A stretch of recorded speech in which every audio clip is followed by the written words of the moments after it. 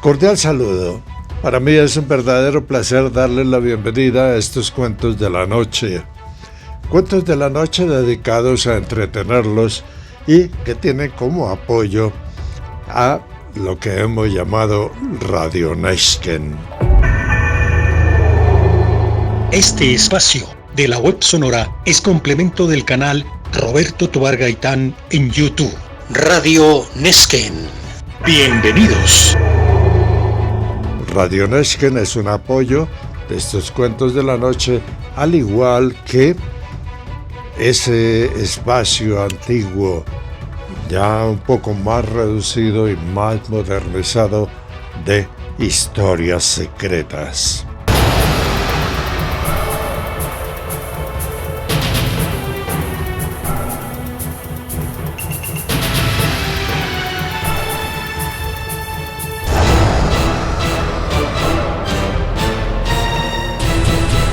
Radio Nesken, historias secretas. Hay preguntas que me hacen y yo a veces no las puedo contestar. Me preguntaban en un chat o me decían que hablara de Pateta. Ni idea, yo lo único que me acuerdo de cuando era pequeño es: Michín dijo a su mamá, voy a volverme Pateta, y que el que conmigo se meta en el acto morirá. Es una poesía muy antigua, infantil.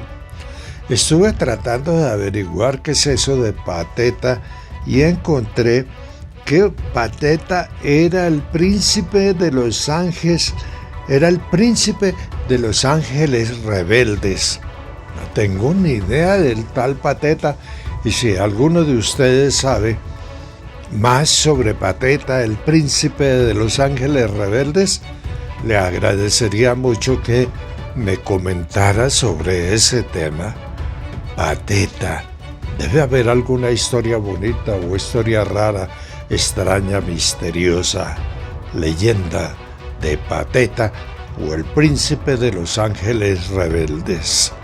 Agradecería mucho que nos contaran algo más sobre él. Yo estuve buscando y no encontré mucho. Bueno, esta noche, o en este rato de cuentos de la noche, tenemos solo 2 argumentos, de pronto 3, dependiendo del tiempo. El primer argumento tiene que ver con un planeta llamado Pacascas. Y el segundo argumento es bastante largo porque les hemos quedado mal con los directos de El Visco Vizcaíno. Aparece un personaje muy conocido por nuestros seguidores. Bueno, vamos con el planeta Pacascas. Por allá en un universo muy lejano, en una galaxia desconocida, había un planeta llamado Pacascas. En ese planeta estaban los adoradores del chorizo, la papa y la yuca. Veneraban el chorizo, veneraban la papa y veneraban la yuca. Era un negocio muy bueno, y como era un negocio muy bueno, se dividieron en varias cosas. El del chorizo, pensando que eso se estaba perdiendo plata, se dividió en los del chonchullo y se dividió en los de la longaniza. Ahí se abrieron y se repartieron el negocio. Los de la papa, que eran adoradores furibundos, se dividieron en la papa criolla, el puré de papa y las papitas fritas. Y los de la yuca, que también eran grandes adoradores, se dividieron en muy pocos. El pan de yuca creo que fue el único en el que se dividieron. Así vivían en el planeta Pacascas. Y en ese planeta Pacascas, esos adoradores de el chorizo, la papa y la yuca tenían todo bien montado.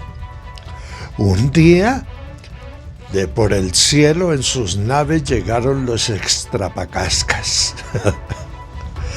Los extrapacascas. Y esos estrapacascas llegaron y se presentaron, mucho gusto, recibimiento. Las redes sociales se volvieron locas, fotografías por aquí, fotografías por allá, averiguando, contando. Y los adoradores del chorizo, la papa y la yuca, ¿esos a quiénes adoran? Los extrapacascas no hablaban del tema.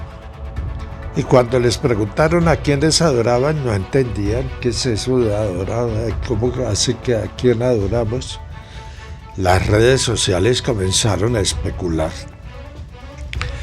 que los extrapacascas solo creen en el divino chorizo.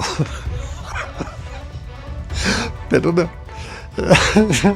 solo creen en el divino. En el divino chorizo. Los de la yuca, ni hablar con el pan de yuca, y los de la papa, las papitas fritas. Todos decían, acomodaban a la adoración de los extrapacascas según sus necesidades. Pero los extrapacascas, no entendían de qué hablaban. Ustedes están hablando cosas raras, adorar el santo chorizo, la yuca frita, ¿qué es eso? La papa criolla, adorar. Entonces un día los jefes de los adoradores del chorizo, la papa y la yuca hicieron un consejo grandísimo y se reunieron y dijeron, tenemos que averiguar, esto no puede ser. Y al fin lograron que los extrapacascas dijeran que era lo que adoraban. Ellos no aceptaron adoración, nosotros no aceptamos adoración, pero sí tenemos algo especial. Todos se quedaron en expectativa.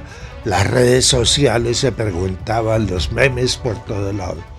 Nosotros creemos en algo especial que se llama la luz. ¡Ah! Se armó el bochiche. Por todo el planeta, los periódicos, la radio y todo hablaban de la luz. Nadie entendía qué era eso de la luz, pero todos estaban contentos porque al fin habían dicho. Los gobernantes del chorizo, la papa y la yuca se reunieron nuevamente y declararon que los extrapacascas eran hijos del demonio, eran personas malas, corrompidas, eran personas con sus creencias de esa cosa llamada luz que podían matar a la gente, y se inventaron cualquier cantidad de cosas. El objetivo es que sintieron peligrar el negocio. Ay, no vamos a vender más chorizo ni más papa. La papita criolla, la chunchulla, la longaniza, ¿qué vamos a hacer? Ay, el caso es, mis queridos amigos, que por fin unos pocos en el planeta Pacascas entendieron qué era eso de la luz de los extrapacascas. Y entonces comenzaron a contarle a la demás gente. Y así, lentamente, la historia, los cuentos, la reverencia, las figuritas, las imágenes del santo chorizo, la santa yuca, comenzaron a desaparecer y comenzaron a aparecer. Ay, también desaparecieron todos esos documentos históricos que tenían del chorizo, la yuca y la papa. Eso comenzó a olvidarse y todos comenzaron a ver que en la luz no se necesitaban casas especiales de reunión, que no tenían que pagar por la papa, el chorizo y la yuca, que la luz estaba en todas partes.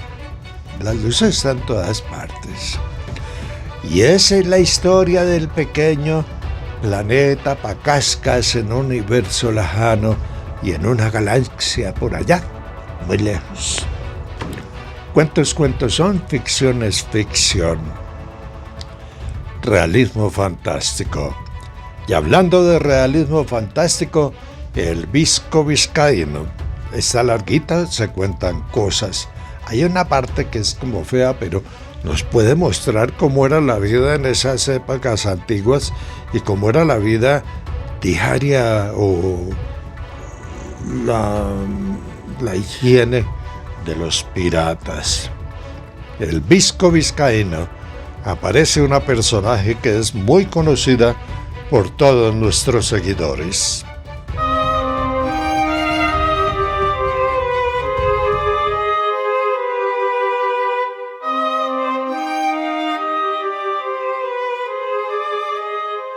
El Visco Vizcaíno 5. Recapitulemos el episodio anterior.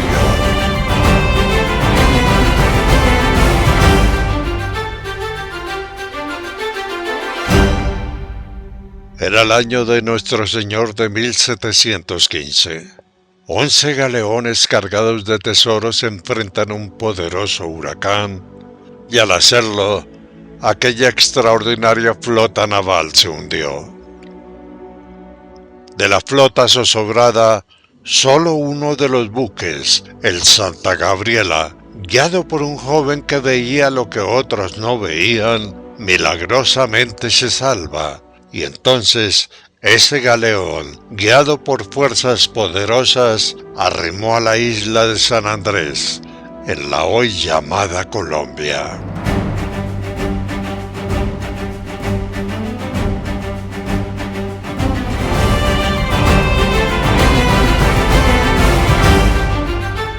Aguas del Mar Caribe. Cargado con el tesoro que había logrado saquear de los galeones españoles naufragados en los litorales de Florida, en su viaje hacia San Andrés, en busca del tesoro del pirata Henry Morgan, Barbanegra ordena arrimar a las costas de Centroamérica. Para él, como todos los filibusteros, era más seguro navegar cerca al litoral. Nota. A diferencia de los piratas, los filibusteros tenían como característica especial que no se alejaban de la costa, la bordeaban y saqueaban todas las localidades costeras que encontraban. Sigamos. Lejos de Barbanegra y siguiéndole la pista, venía el barco de la pirata Ana Bonita, más conocida como Annie Bonny. Una inglesa espigada que, mediante argucias, trampas, engaños y peleas, había logrado tener su primer barco pirata. En el timón de ese barco iba maniobrando y obedeciendo las órdenes una mujer que parecía noruega. Ana Bonita la conoció en Jamaica, pero no era su amiga. De ella, la joven pirata había escuchado que era ducha en artes navales y amante del Mar Caribe, que era una timonel muy experta. Y esta mujer tenía unos 35 años. Su nombre era Alba. Era delgada, de cabellera corta, mal arreglada y de color rubio. No era bella. Era desgreñada y tenía el aterrador encanto de su personalidad antipática, áspera y directa. Quizás por eso los marinos le decían la vikinga. De Alba, más que por su destreza, Ana Bonita la aceptó en su tripulación porque era mujer. Y en aquella persecución, Ana Bonita estaba admirada por la destreza de Alba para seguir el barco de Barbanegra sin que él lo supiera. En realidad, Alba, o la vikinga como le decían, era quien le había insistido a la pirata Ana Bonita que siguiera a Barbanegra, aduciendo que él seguro iba a esconder su tesoro y que ella, Ana Bonita, podría adueñarse de él. Motivada por su codicia, Ana Bonita aceptó, y aunque en ocasiones se arrepentía de haber iniciado la persecución, Alba, la tal vikinga, nuevamente la convencía. A lo lejos, y mirando hacia el horizonte, como un punto negro que subía y bajaba, Alba la vikinga observaba y seguía el barco de Barbanegra.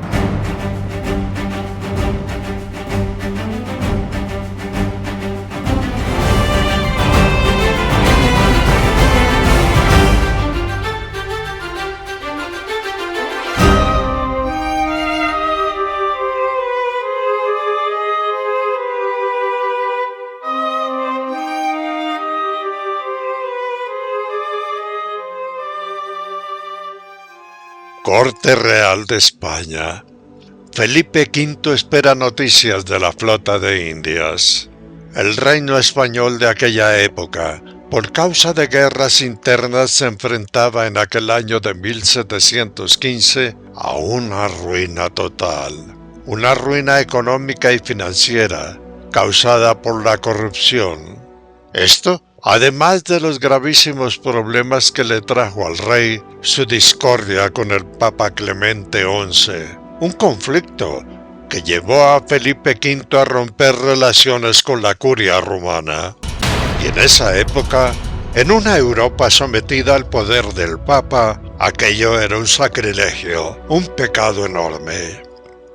Felipe V de España, acorralado en su palacio, en aquellos momentos necesitaba urgentemente la riqueza que se extraería de América, una riqueza que venía con la flota de Indias, y aquella riqueza era lo único que podría mantenerlo como rey, un rey alejado de la Santa Sede Romana.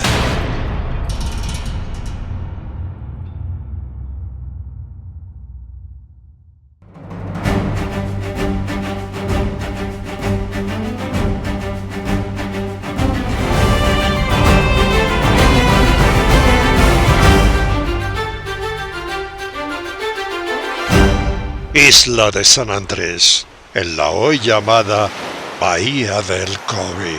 Y allí, anclado y meciéndose suavemente por las olas, estaba escondido el galeón Santa Gabriela. Al lado del Santa Gabriela, dos barcazas, a punta de remo, y por orden de la tal Victoria Avenida Jefe, llevaban a la orilla toda la tripulación del galeón. En la playa Victoria, don Diego, el visco vizcaíno que ya no era visco, recibieron a la tripulación. Luego, atentas y solícitas, 4 jovencitas examinaron uno a los marineros. Todos tenían escorbuto. Entonces, por indicación de la tal Victoria, venida a jefe, llevaron a los marineros hacia el interior de la isla.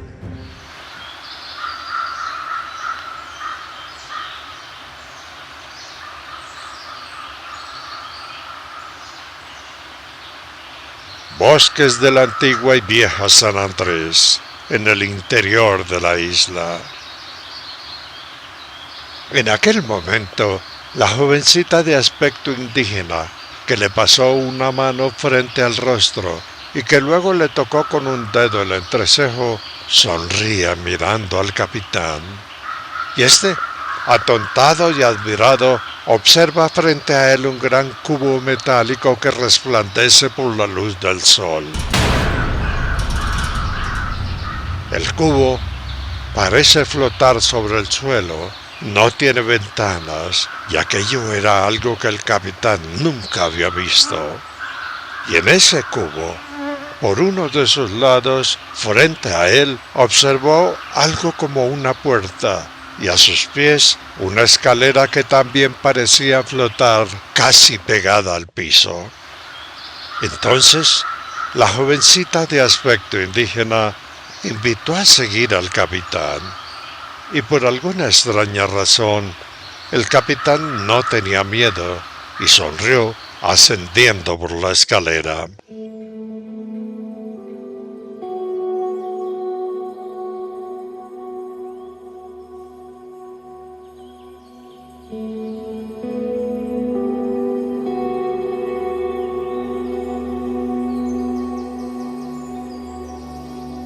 Ya dentro del cubo, una luz azulada y lechosa alumbra. El ambiente huele a naranjas. Acto seguido, la jovencita, alejándose 1 metro, le pide al capitán que se desnude. Y él, sin ningún asomo de vergüenza, procede a quitarse la ropa. Primero se saca la peluca blanca que como símbolo de mando se usaba en esa época. Y al hacerlo, docenas de bichitos se mueven en su cabeza. Son piojos que corren por su cabello recortado. En la peluca, al caer al piso, hay pánico piojoso. Las inmundicias corren en busca de refugio. Luego, el capitán se despoja de sus botas de cuero mohosas. Un olor a queso viejo supera el aroma de la naranja en el recinto.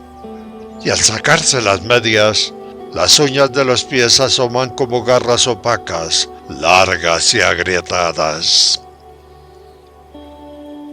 Al quitarse el pantalón, y luego los largos calzoncillos que alguna vez fueron blancos, calzoncillos con costras de color café en la entrepierna, como cosa rara, asoman en la zona púbica del capitán otros bichos, animalitos alarmados por la luz que corren y caminan por el vientre del capitán.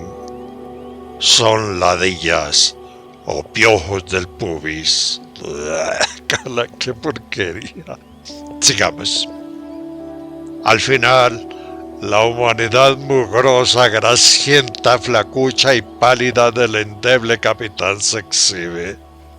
Entonces una luz violeta cae del techo y envuelve la ropa y al capitán. Al mismo tiempo, una nube azulada llega y también lo rodea.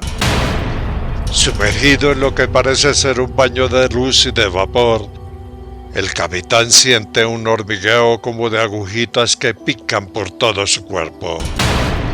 En el piso y en la ropa, el capitán escucha sonidos como de palomitas de maíz al reventar. 1 minuto después, la luz se apagó y la nube de vapor azulada desapareció. Entonces, la niña indígena, acercándose, lo toma amorosamente de la mano y lo lleva al interior de un cuarto grande bien iluminado, donde hay muchas como camas de metal brillante cubiertas por un cristal que parece medio tubo. Las camas son como cápsula. Y así, en la primera que encontraron, la niña indígena le indica al capitán que se recueste. El capitán, obediente y en pelota, y sin ningún asomo de sorpresa o miedo, obedece. Ya acostado, asomándose por el lado de la cabeza, la niña indígena saca de su bolsillo en el largo vestido blanco y tropical que viste, un paquetico envuelto en un cristal blandito. Lo destapa, saca de él una cosa como blanca, la amasa un poco con los dedos y luego, diciéndole al capitán que abriera la jeta, se la introdujo en la boca. Después, con suavidad, le cerró la mandíbula y le dijo que apretara los dientes. El capitán obedece y en su boca siente una frescura que jamás había percibido. Hecho esto, la niña indígena delicadamente bajó el cristal que cubría la extraña cama con forma de cápsula. Luego, sonriendo con ternura, miró al capitán y vio como éste casi al instante se dormía. Pasado un momento, a la gran habitación con camas metálicas ingresan todos los marinos del galeón Santa Gabriela. Todos están desnudos.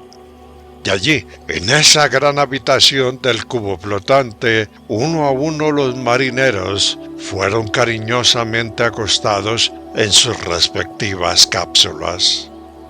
A todos les colocaron en la boca la cosa como blanca que las jovencitas habían amasado con los dedos. Terminada la labor, todas las cápsulas se cerraron y dentro de ellas los marineros durmieron. Entonces, las jovencitas, sonriendo por su trabajo terminado, se reunieron en corrillo. Todas menos una. La morena grande permanecía a un lado de la cápsula mirando emperezada a su ocupante.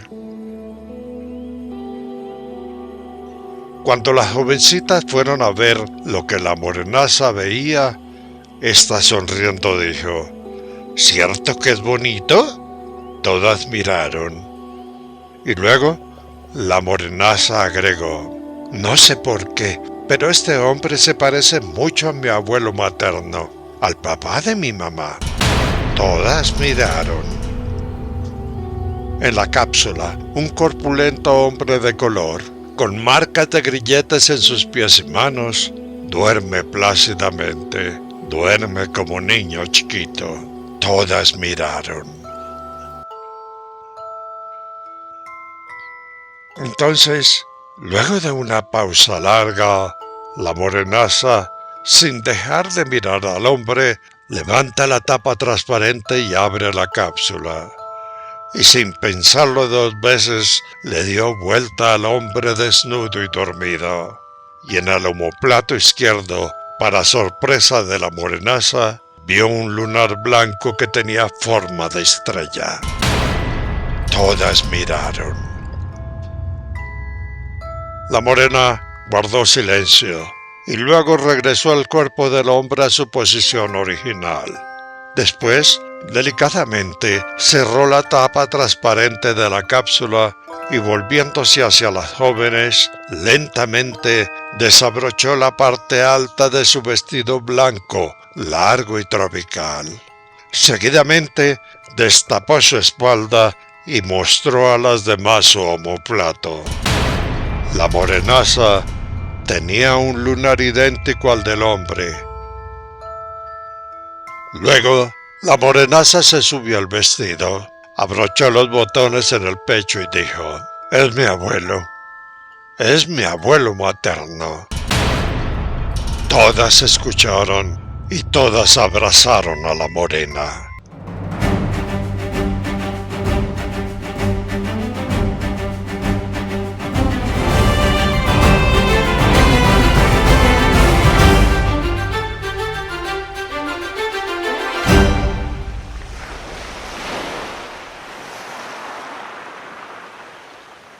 En la playa, a la orilla de la bahía del Cobe, frente al galeón, don Diego, el visco que ya no era visco, y la tal Victoria Avenida jefe dialogaban. Don Diego decía: si no hacemos esto, Europa se hunde nuevamente en el oscurantismo. Pausa. Oscurantismo. En la Edad Media de Europa, hay un periodo que se conoce como oscurantismo, una época sombría donde las ideas y el avance científico fueron duramente reprimidos por la Santa Sede, por la Iglesia de ese entonces. Sigamos.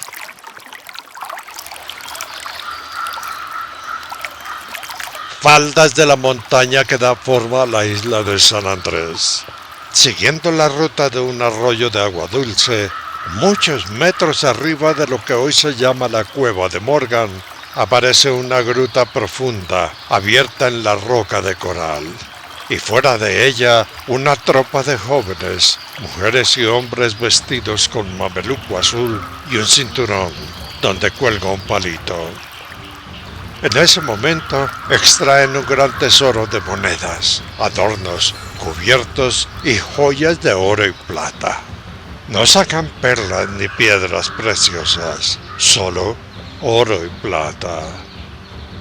Apuntando sus palitos al interior de la caverna, hacen la extracción. Y al hacerlo, los objetos metálicos de oro y plata salen flotando y luego, guiados por el palito, entran a un cubo de metal y en él un cuarto que parecía como una bodega. Terminada su labor, los jóvenes vestidos con mameluco azul apuntan con sus palitos y sellan la gruta del tesoro, dejándola allí como si no hubiera pasado nada. Luego, uno por uno entran al cubo y este, sin emitir sonido alguno, se eleva y luego, tras un corto vuelo, fue a posarse sobre el galeón Santa Gabriela. Allí, flotando a unos pocos centímetros sobre la cubierta, una puerta se abre y la tropa de jóvenes vestidos de mameluco azul comenzó nuevamente su extracción de los tesoros. Con sus palitos solo sacaban oro y plata. Perlas y piedras preciosas eran dejados en sus bodegas. A orilla del mar en la hoy llamada bahía de El Cobe, Don Diego, Victoria y el visco vizcaíno que ya no era visco miran hacia el galeón observando la extracción. Los tres saben que en aras del destino planetario la historia debe ser modificada. Y esta no era la primera vez que lo hacían.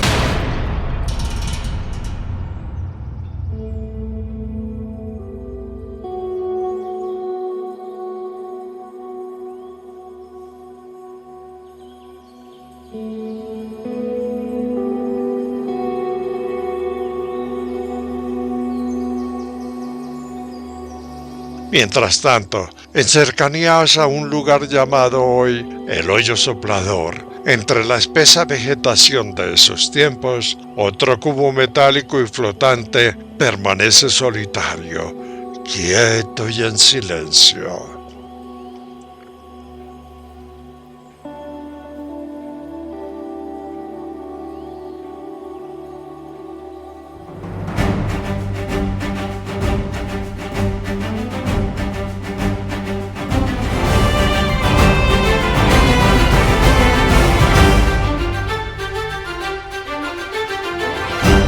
Mar Caribe, bordeando las costas de Centroamérica, rumbo a la isla de San Andrés, el buque de Barba Negra avanza impulsado por vigorosos vientos a favor.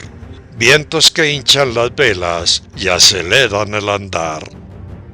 En su camarote, Barba Negra retosa plácidamente, y en su mente asoman las vaporosas imágenes del tesoro de Morgan, y una sonrisa codiciosa se bosquejan las comisuras de su boca.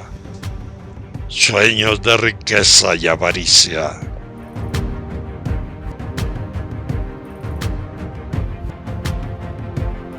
Varios kilómetros atrás del buque del pirata Barba Negra, Alba, la timonel, acompañada de Ana Bonita, guía su barco sin dejar de mirar el punto negro que a lo lejos sube y baja llevado por el ondular del mar.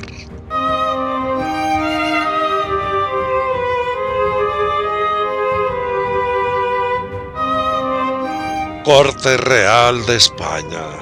Felipe V de España lee la carta pontificia donde se le amenaza de excomunión y la subsiguiente intervención de la Santa Inquisición. El rey espera y espera la flota de Indias.